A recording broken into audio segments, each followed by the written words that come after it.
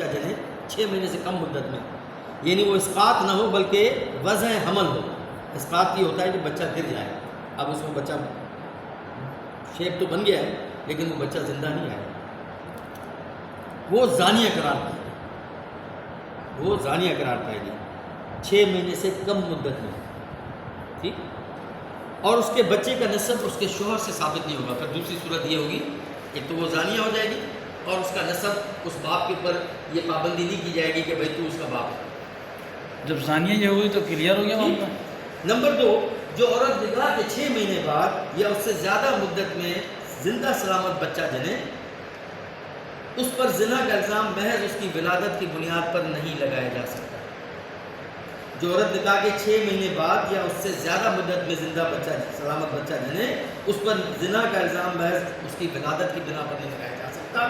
اس کے شوہر کو اس پر تہمت لگانے کا حق دیا جا سکتا ہے اور نہ اس کا شوہر بچے کے نسب سے انکار کر سکتا ہے۔ بہت ساری طلاقیں اس کے ہو جاتی ہیں، آج بھی لوگ دین کو نہیں سمجھتے، جس کے نتیجے میں کتنی بربادی ہوتی ہے، اپنے گھر تباہ کر لیتے ہیں، اپنی پاک بیوی اور اپنی جائز اولاد کو دنیا میں خود حرامی مشہور کر دیتے ہیں۔ یہ جہالت کی انتہا ہے، یہ اس قرآن سے دور رہنے کا نتیجہ ہے۔ اور پھر یہ بچہ لازماً اسی شخص کا مانا جائے گا اور عورت کو کوئی سزا نہیں دی جائے گی۔ اب نمبر 3 جو ہے وہ یہ ہے کہ رضاعت کی زیادہ سے زیادہ مدت 2 سال ہے۔ اب سوال یہ پیدا ہوتا ہے کہ اکثر لوگ کیا کرتے ہیں، عورتوں میں خاص طور پر یہ بڑی ٹھنڈ ہوتی ہے، لفظ میں بہت آسان استعمال کر رہا ہوں، جو عموماً جس کو ہم کہتے ہیں نا کہ بڑا واضح آ جاتا ہے کہ عورتوں میں یہ ایک خناس ہوتا ہے۔ وہ خناس کیا ہوتا ہے کہ زبردستی جس عورت سے دشمنی ہوتی ہے اور ان کو یہ ہوتا ہے ڈر کے آگے چل کے میرے بچوں کی ان کے بچوں سے کوئی رشتہ ہو جائے گا، وہ اس بچے کو اٹھا کے دودھ پلا دیتی ہے زبردستی اور مشہور کر دیتی ہے، یہ تو رضائی بہن بھائی ہو گئے۔ اب مطلب جان چھوٹ گئی، کم از کم شوہر کے کسی رشتہ داروں سے اس نے کہا کہ بہن بھائی ہو گئے، اب میرے اپنوں کے لیے تھوڑا سا رستہ کھل گیا، کچھ تو بلاکیٹ کر دوں۔ لیکن سوال یہ پیدا ہوتا ہے کہ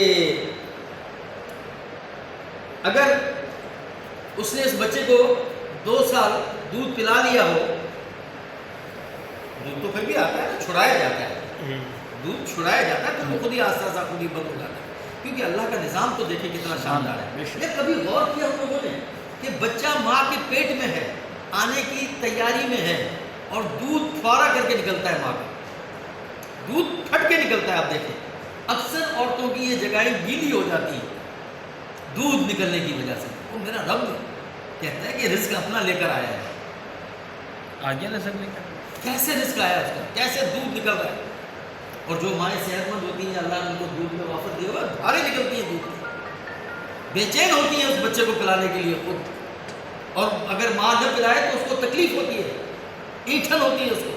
یہ کیا نظام ہے دیکھیں آپ کہ ماں اگر اکڑے تھوڑی سی، کسی وجہ سے شوہر سے لڑائی ہے، اس کی ناراض ہے، تو کہے میں بچے کو نہیں پلا دوں چل۔ اکثر عورتیں بددماغ ہوتی ہیں لیکن وہ اچھے بھی اس کے پلائیں گے، روک کے تو دکھا دے۔ اسی طریقے سے 2 سال جس کو ہو گئے ہیں اس کا دودھ آ رہا ہے، اب اگر کسی نے اپنے بچے کو اس نیت سے دودھ پلا دیا یا پلا دیا، دوسرے بچے کو اس نے پلا دیا، ٹھیک ہے نا، دوسرے بچے کو 2 سال کے بعد اگر اس نے پلایا تو کوئی رضائی بہن بھائی نہیں ہے، بھلے اس نے دودھ پیا بھی، کیونکہ جس کے دودھ کا حصہ تھا اس کو 2 سال ہو گئے تھے، اس نے اپنا حصہ لے لیا، اب کوئی بہن بھائی نہیں آؤ۔ اچھا پہلے اس میں بھی اگر وہ لگاتار پلائے گی 2 سال تک تو کیا ہوگا یہ معاملہ؟ نہیں، ایک دن بھی پلا دے، ایک دن بھی پلا دے، یہ تو نہیں۔ لیکن آپ اندازہ لگائیں خاجہ صاحب کتنی شاندار بات ہے، 2 سال گزر گئے، حالانکہ امام ابو حنیفہ فرماتے ہیں کہ احتیاطاً 2.5 سال کی، لیکن میرے حساب سے وہ بڑے بزرگ تھے، لیکن 2 سال لمٹ ہے کیونکہ اس سے رشتے خراب ہونے سے بچ جاتے ہیں۔